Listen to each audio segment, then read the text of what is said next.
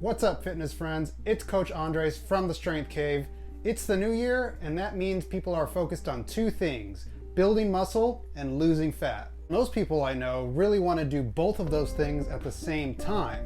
But is that really possible? The short answer is yes, you can build muscle and lose fat at the same time. This is a phenomenon we call body recomposition. So how does fat loss work?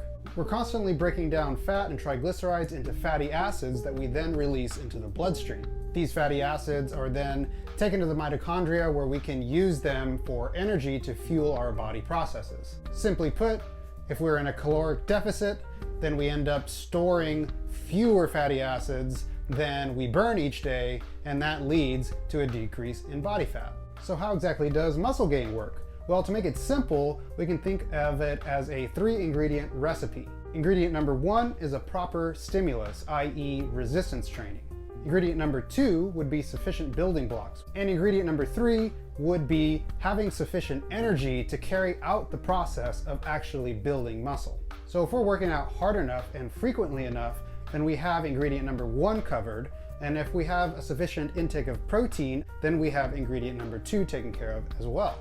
The third ingredient is where we have this debate over whether muscle gain and fat loss can occur simultaneously. During an energy deficit, we don't quite take in enough calories to fuel every single body process. This leads to the logical conclusion that if there is not enough energy to cover all the processes in the body, then something has to go, and that muscle gain is sort of one of the first ones to go, since it's kind of unnecessary. However, body fat acts as a reserve of energy, sort of like a savings account for us to draw on whenever there are insufficient funds or insufficient energy in this case. There is no rule or law of thermodynamics that states that the energy that comes from stored body fat can't be used to build muscle.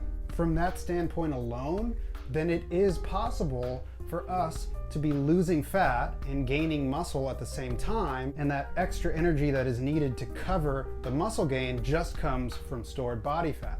However, the environment that is created from a caloric deficit can be something that stops us from building muscle. So there are a few things that we need to do in order to ensure that we create an environment that is both conducive to fat loss and building muscle. The first would be employing a much more conservative caloric deficit rather than a 500 to 1,000 calorie deficit that we might use when just simply trying to lose fat. We might want to rely on a less extreme caloric deficit, something like 150 to 300 calories. In this case, the body might not freak out as much when having to take a smaller amount of calories from body fat and still allow the process of muscle building to occur. Another thing that becomes very important is our protein intake. Several studies have shown that really high protein intakes can lead to body recomposition, and that lower protein diets just don't perform the same way in this regard. The third thing that we need to ensure is that our sleep and lifestyle habits are really solid. Another study compared a group of sleep-deprived subjects to a group of subjects that got great sleep, and although the study showed that both groups were able to build a significant amount of muscle, only the group that got good sleep was also able to lose a significant amount of body fat.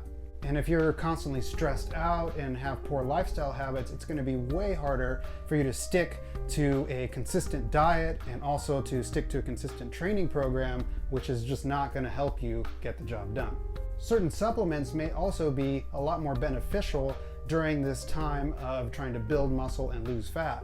One study showed that whey protein consumed after a workout led to significant gains in muscle mass, while also leading to significant decreases in fat loss. Creatine may be a lot more effective during a fat loss phase or during a recomp phase. Creatine effectively increases the amount of short-term energy that is available to the working muscle. This ensures that you can continue working out with just as high an intensity, which of course is important for that ingredient number 1 in the muscle building process. So gaining muscle and losing fat is possible. It's been shown in the scientific literature to occur, and I have seen it in many of my clients that I've worked with over the years. If you're trying to build muscle and lose fat at the same time, then the dieting tactics that you employ are crucial to your success. This process can be really tricky So it may be really beneficial for you to work with a professional coach who can help you. If you're interested in coaching,